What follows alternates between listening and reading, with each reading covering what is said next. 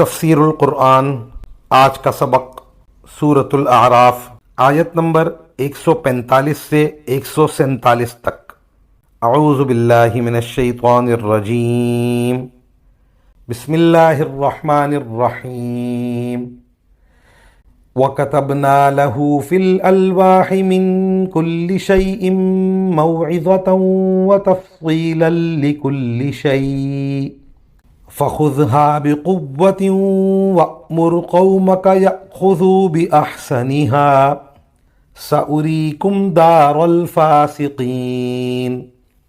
سَأَصْرِفُ عَنْ آيَاتِيَ الَّذِينَ يَتَكَبَّرُونَ فِي الْأَرْضِ بِغَيْرِ الْحَقِّ وَإِنْ يَرَوْا كُلَّ آيَةٍ لَا يُؤْمِنُوا بِهَا وَإِنْ يَرَوْا سَبِيلَ الرُّشْدِ لَا يَتَّخِذُوهُ سَبِيلًا وَإِنْ يَرَوْا سَبِيلَ الْغَيِّ يَتَّخِذُوهُ سَبِيلًا ذَلِكَ بِأَنَّهُمْ كَذَّبُوا بِآيَاتِنَا وَكَانُوا عَنْهَا غَافِلِينَ۔ وَالَّذِينَ كَذَّبُوا بِآيَاتِنَا وَلِقَاءِ الْآخِرَةِ حَبِطَتْ أَعْمَالُهُمْ هَلْ يُجْزَوْنَ إِلَّا مَا كَانُوا يَعْمَلُونَ۔ ترجمہ۔ اور ہم نے ان کے لیے تختیوں میں ہر قسم کی نصیحت اور ہر چیز کی تفصیل لکھ دی، اور یہ حکم دیا کہ اب اس کو مضبوطی سے تھام لو اور اپنی قوم کو حکم دو کہ اس کے بہترین احکام پر عمل کریں۔ میں عنقریب تم کو نافرمانوں کا گھر دکھا دوں گا۔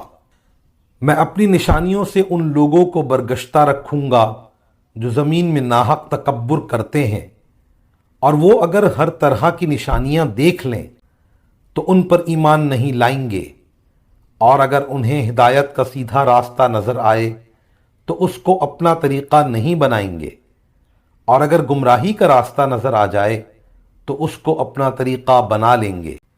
یہ سب کچھ اس لیے ہے کہ انہوں نے ہماری نشانیوں کو جھٹلایا اور ان سے بالکل بے پرواہ ہو گئے، اور جن لوگوں نے ہماری نشانیوں کو اور آخرت کا سامنا کرنے کو جھٹلایا ہے ان کے اعمال غارت ہو گئے ہیں۔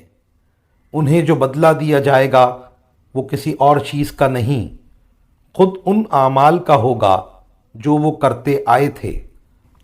ان آیات کی تفسیر میں مفسرین کرام لکھتے ہیں اس کا مطلب یہ بھی ہو سکتا ہے کہ تورات کے تمام ہی احکام بہترین ہیں، ان پر عمل کرنا چاہیے، اور یہ مطلب بھی ہو سکتا ہے کہ جہاں تورات نے ایک کام کو جائز کہا ہو لیکن دوسرے کام کو بہتر یا مستحب قرار دیا ہو تو اللہ تعالیٰ کے شکر کا تقاضا یہ ہے کہ اس کام کو اختیار کیا جائے جس کو اس میں بہترین قرار دیا گیا۔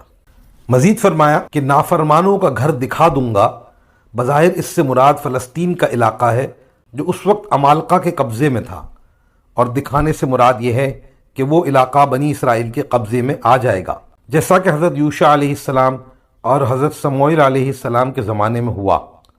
بعض مفسرین نے نافرمانوں کے گھر کا مطلب دوزخ بتایا ہے، اور مقصد یہ بیان کیا کہ آخرت میں تمہیں نافرمانوں کا یہ انجام دکھا دیا جائے گا جنہوں نے تم پر ظلم کیے تھے۔ ان آیات میں جو فرمایا گیا میں اپنی نشانیوں سے ان لوگوں کو برگشتہ رکھوں گا، اس سے کسی کو یہ شبہ ہو سکتا تھا کہ جب اللہ تعالیٰ نے خود ان کو اپنی نشانیوں سے برگشتہ کر دیا تو ان کا کیا قصور۔ اس شبے کو اس فقرے کے ذریعے دور فرمایا گیا۔ مطلب یہ ہے کہ جب کوئی شخص اپنے اختیار سے کفر پر اڑے رہنے کا راستہ اختیار کر لیتا ہے تو وہی راستہ اس کے لیے مقدر فرما دیتے ہیں جسے اس نے اپنی مرضی سے اختیار کیا، چونکہ وہ چاہتا ہی یہ تھا کہ ہماری نشانیوں سے برگشتہ رہے، اس لیے ہم اس کو اس کی خواہش کے خلاف کسی بات پر مجبور نہیں کرتے بلکہ اسے اس کی خواہش کے مطابق برگشتہ ہی رکھتے ہیں۔ لہٰذا اس کو جو سزا ملتی ہے وہ خود اپنے ہی عمل کی ملتی ہے جو وہ اپنے اختیار سے مسلسل کرتا آیا تھا۔ وآخر دعوانا ان الحمد للہ رب العالمین۔